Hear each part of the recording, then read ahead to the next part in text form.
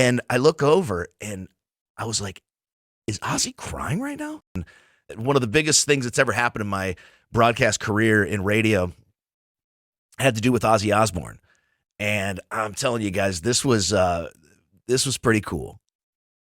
In 2010, he was on the book tour for his book that had just come out at the time, and kind of just powwowed. And we were like, all right, cool. We got this interview with Ozzy coming up, and he's going to talk about signing the book. This is when I was in West Palm Beach, Florida. And he's going to talk about his book signing today. That's cool. And, we can ask him about the book and other things, of course. Wouldn't it be cool if we staged something? What if we were able to give the key to the city of West Palm Beach to Ozzy Osbourne? After 24 grueling hours of trying to convince Mayor Lois Frankel at the time, we were able to do that. We got the go-ahead. And I mean, all I was trying to do was distract her attention away from the guy that was biting heads off of bats and doves and peeing on the Alamo, and redirect that into, oh my God, he's the lovable guy from MTV, the dad. It worked.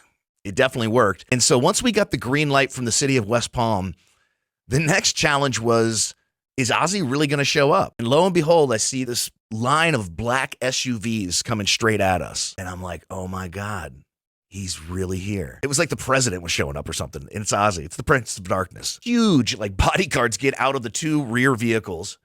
And then lo and behold, there he is. There was probably between anywhere from 800 to 1,000 people out there that day, just standing, waiting to catch a glimpse of Ozzy Osbourne, get the key to the city. And I was standing there with Lois Frankel, the mayor, and here he came. But the reason for that was because of Ozzy Osbourne. Ozzy had gum in his mouth, and he takes the gum out. He kind of tossed it on the ground, and then he stepped on it with his own shoe. Hilarious, right? And I look over, and I was like, is Ozzy crying right now? And he was. And then he shared with us afterwards, the reason that he was getting emotional was because for a lot of his career in the United States, he was kind of known for these wild activities. The urinating on the Alamo, I had no idea it had such an effect on him, but it did. And he wasn't able to play San Antonio for years and years. But the city still didn't want anything to do with him, even after they lifted the ban. That had such an effect on him. And he said, I'm so glad to be finally honored for something that's not